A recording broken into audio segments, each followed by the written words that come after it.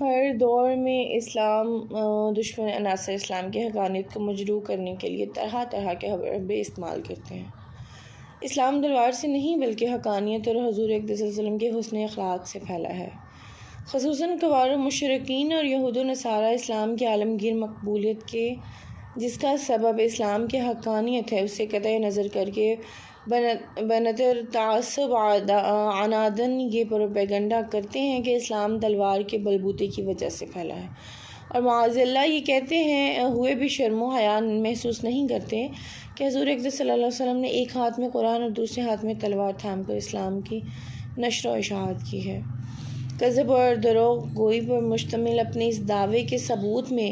حضور اقدس صلی اللہ علیہ وسلم کی حیات طیبہ میں واقع غزوات اور سرایا کی فہرست بطور دلیل پیش کرتے ہوئے اور ابو جہل، عتبہ بن ربیعہ، امیہ بن خلف و دیگر رؤسائے مشرکین عرب کے واقعات کا تذکرہ کرتے ہیں۔ لیکن حقیقت یہ ہے کہ اسلام اپنی حقانیت اور حضور اقدس صلی اللہ علیہ وسلم کے اخلاق کریمہ انسانیت پر مشتمل تعلیم، اعلیٰ اصول، تمدن و دیگر بے شمار محاسن کی بنا پر لوگوں کے دلوں میں راسخ ہوا ہے۔ حضور اقدس صلی اللہ علیہ وآلہ وسلم کی حیات طیبہ کا جائزہ لینے سے یہ ثابت ہوتا ہے کہ آپ کی ظاہری حیات کے 40 سال تک، یعنی جب تک آپ نے ظاہری نبوت کا اعلان نہیں فرمایا تھا، وہاں تک آپ کو تمام لوگ محمد امین صلی اللہ علیہ وسلم کے معزز لقب سے ملقب کرتے تھے۔ 40 سال کی عمر شریف میں آپ نے دنیا کو توحید کا پیغام دیا اور 13 سال تک مکہ معظمہ میں رونق افروز رہ کر لوگوں کو کفر کی ظلمت سے ہدایت کی روشنی کی طرف بلاتے رہے۔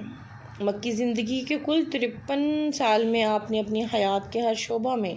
اخلاقی محاسن کا ہی مظاہرہ فرمایا، بلکہ 40 سے 53 سال کے درمیان کا 13 سال کا عرصہ تو آپ نے کفار مکہ کے ظلم و ستم کی کلفت برداشت کرتے ہوئے گزارا۔ آپ پر کیے جانے والے ظلم و ستم کا جواب دینا یا انتقام لینا تو ایک طرف رہا، بلکہ آپ نے کبھی بھی ان ظالموں کی کوئی شکایت تک نہیں کی اور پیکر صبر و تحمل بن کر مصائب برداشت کیے۔ جب ظلم و ستم اپنی انتہا کو پہنچے تو آپ نے مکہ معظمہ سے مدینہ منورہ ہجرت فرمائی۔ مکہ معظمہ آپ نے بحیثیت مظلوم چھوڑا تھا۔ آپ کے خلاف ظالموں نے ایسا گندا ماحول قائم کر دیا تھا کہ آپ کو رات کے اندھیری میں خفیہ طور پر اس حساب سے آپ کی عمر شریف 63 سال ہوئی، جس میں 53 سال مکی زندگی اور 10 سال مدنی زندگی۔ آیت جہاد مدینہ منورہ میں 2 ہجری میں نازل ہوئی۔ اس وقت حضور اقدس صلی اللہ علیہ وسلم کی عمر شریف 55 سال تھی اور آیت جہاد کے نازل ہونے کے 8 سال بعد آپ نے دنیا سے پردہ فرمایا۔ الحاصل جہاد و قتال کی مدت صرف 8 سال رہی۔ اب قائرین توجہ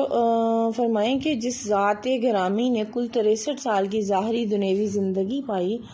اس میں 55 سال کا عرصہ اس طرح گزرا کہ آپ پر ظلم و ستم کیے گئے، اذیتیں، تکلیفیں، مصائب پہنچائے گئے، لیکن آپ نے اف تک نہ کیا، صبر و تحمل کرتے ہوئے دشمنوں کے آزار برداشت فرمائے، ظالموں کی بدگوئی کرنے کی بجائے انہیں دعائیں دیں، یہاں تک کہ اپنے متبعین کو بھی صبر کی تلقین کرتے ہوئے ظلم و ستم برداشت کرنے کی تعلیم و تربیت دی۔ جس ذات گرامی نے اپنی سماجی، خاندانی، ازواجی، رواجی، تجارتی اور روابطی زندگی میں کسی سے جھگڑا فساد تو کیا بلکہ اونچے سر بات نہ کی ہو، کسی کے ساتھ بد کلامی نہ کی ہو، گالی کا جواب دعا سے دیا ہو، تو واضح انکسار کا جو پیکر جمیل رہا ہو، حسن اخلاق کا جو نمونہ عمل رہا ہو،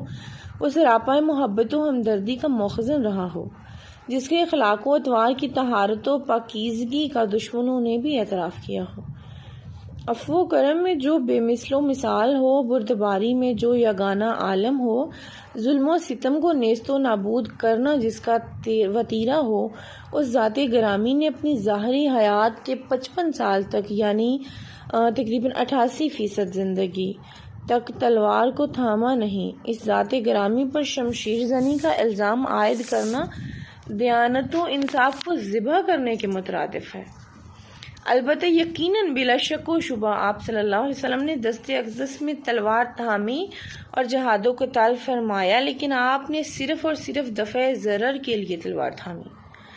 آپ نے شمشیر کا وار ظلم ڈھانے کے لیے نہیں بلکہ ظلم مٹانے کے لیے کیا، جس کا صحیح اندازہ آپ کی حیات طیبہ میں واقع غزوات کو بنظر عمق مطالعہ کرنے سے ہوگا کہ آپ نے کن حالات میں جہاد فرمائے اور کن لوگوں کے سامنے جہاد فرمائے۔ ظالم جفاکش قزاق اور ستمگر گروہ کے ظلم و تشدد کے بڑھتے ہوئے سیلاب کی روک تھام کے لیے آپ نے جہاد کی آہنی دیوار قائم کر دی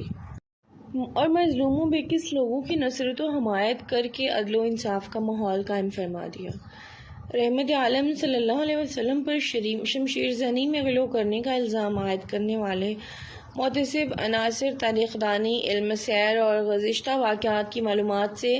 یک لخت انجانوں بے خبر ہیں، یا پھر انادن و قصدن افتراض پر درازی سے کام لیتے ہیں۔ ذرا غور فرمائیں کہ جس ذات گرامی کی ظاہری حیات کا تقریباً 88% حصہ گزر چکا ہو اور صرف 21% ظاہری حیات کے ایام باقی رہے ہوں، اور اس قلیل عرصہ میں جس ذات گرامی نے عالم دنیا کی فلاح و بہبود کے لیے اقوال زری یعنی احادیث کا عظیم ذخیرہ سرمایہ حیات و نجات کی حیثیت سے عطا فرمانے کے لیے ہمہ وقت سخن تراز ہو، علاوہ ازیں اپنی عملی زندگی سے انسانیت، رحم دلی، اخوت، صدق، عدل، انصاف، صداقت، احسان، خدمت، تواضع، انکساری، ترک طمع، قناعت، توکل، تقوی، پرہیزگاری، عبادت، ریاضت، رشد و ہدایت، کرم و عنایت، جود و سخاوت وغیرہ بے شمار محاسن و اخلاق کی تعلیم و تربیت میں مصروف ہو۔ اس ذات گرامی نے اگر کبھی اپنے مقدس ہاتھوں میں تلوار تھامی ہے تو ظلم کو فروغ دینے کے لیے نہیں بلکہ ظلم و ستم کو نیست و نابود کرنے کے لیے۔ ایک ضروری امر کی طرف بھی توجہ درکار ہے کہ سپاہ گری کرنے والا بچپن سے ہی اس پیشہ کی طرف ملتفت ہوتا ہے، یا تو اس کا خاندانی اور آبائی پیشہ سپاہ گری ہوتا ہے اور اپنے آباء و اجداد کا پیشہ اپنا کر سپاہ گری کرتا ہے، لیکن اس کی سپاہ گری ایام جوانی میں شباب پر ہوتی ہے۔ عموماً 18 سے 45 برس کی عمر تک وہ سپاہ گری کے فن میں عروج پر ہوتا ہے، اور اس عمر کے بعد اس کے فن میں زوال شروع ہوتا ہے، کیونکہ عمر کا تقاضا اور جسمانی ضعفت کا مقتضا یہی ہے کہ اب آرام و استراحت کرنے کے دن ہیں، اور تقریباً 50 یا 55 سال کی عمر کے بعد اس کو اپنے فن سے فطری طور پر رغبت کم ہو جاتی ہے۔ البتہ بحالت مجبوری یا وقت کے حالات کبھی للکار دیں تو وہ فن و شجاعت دکھانے میں کوتاہی نہیں کرتا۔ رحمت عالم صلی اللہ علیہ وسلم کی حیات طیبہ کا جائزہ لینے سے یہ بات روز روشن کی طرح واضح ہوتی ہے کہ آپ نے اپنی ظاہری حیات کے 55 سال تک آلات و جنگ کی طرف قطعاً التفات نہیں فرمایا۔ 2 ہجری میں سورہ حج کی آیات کے ذریعے آپ کو جہاد کا اللہ نے اذن و حکم فرمایا، تب آپ کی عمر شریف 55 سال تھی، جس کا مطلب یہ ہوا کہ جس عمر میں عام طور سے آدمی ہاتھ میں تلوار لینے سے اکتاتا ہے اور استعفیٰ دے کر یا ریٹائر ہو کر اپنے فن کی انتہا کرتا ہے، اس عمر میں حضور اقدس صلی اللہ علیہ وسلم نے ہاتھ میں تلوار تھامنے کی ابتدا فرمائی۔ اس سے ثابت ہوتا ہے کہ آپ صلی اللہ علیہ وسلم نے حالات کے پیش نظر بہت ہی نازک وقت میں اپنے دست اقدس میں تلوار تھامی، حالانکہ آپ نے ماضی میں کبھی بھی تلوار پر ہاتھ نہیں آزمایا تھا اور نہ ہی آپ کو اس کا تجربہ و ملکہ تھا۔ اسلام کی درخشاں تاریخ کے ذریعے اور شاہد عادل ہیں کہ رحمت عالم صلی اللہ علیہ وسلم نے جن غزوات میں شرکت فرمائی یا اپنے فرزدادہ جان نثاروں کو معرکہ جہاد میں ذریعہ ارسال فرمایا، یہ وہ تمام غزوات اور سرایا مظلومین کے دفاع اور ظالمین کے استحصال کے لیے ہی تھے۔ تمام غزوات توکل علی اللہ اور نصر من اللہ کی بنیاد پر ہی تھے، کیونکہ ان میں سے غزوات میں کہیں بھی مساوات اور برابری کا مقابلہ نہ تھا۔ کفار و مشرکین بھاری تعداد میں بھرپور جنگی ہتھیاروں کے ساتھ ہوتے تھے اور اسلامی لشکر بہت ہی قلیل تعداد میں اور بے سر و سامان ہوتا تھا۔ کفار کے لشکر میں بھاری ڈیل ڈول کے شکم سیر ہتھیاروں سے لت پت اور گھوڑوں پر سوار ہو کر لڑنے والے ہوتے تھے، جبکہ اسلامی لشکر کے مجاہدین نحیف و ناتواں جسم والے، بھوکے پیاسے، بغیر ہتھیاروں کے پیدل لڑنے والے ہوتے تھے۔ کفار کے لشکر میں کھانے پینے کا سامان بڑی کثرت سے تھا، روزانہ 11 اونٹ ذبح کر کے کھاتے تھے، جبکہ اسلامی لشکر میں زیادہ کی یہ حالت تھی کہ کسی کے پاس 1 سا تو کسی کے پاس 2 سا کھجوریں تھیں۔ کفار کے لشکر میں عیش و عشرت کا سامان بھی کافی تعداد میں تھا، یہاں تک کہ کسی پانی کے کنارے پڑاؤ کرتے تو خیمے نصب کرتے اور ان کے ہمراہ گانے والی طوائفیں اور آلات طرب تھے، جبکہ مسلمانوں کے پاس 1 خیمہ تک نہیں تھا۔ صحابہ کرام نے کھجور کے پتوں اور ٹہنیوں سے ایک جھونپڑی تیار کر کے حضور اقدس صلی اللہ علیہ وسلم کو اس میں ٹھہرایا۔ آج اس عریش کی جگہ مسجد بنی ہوئی ہے۔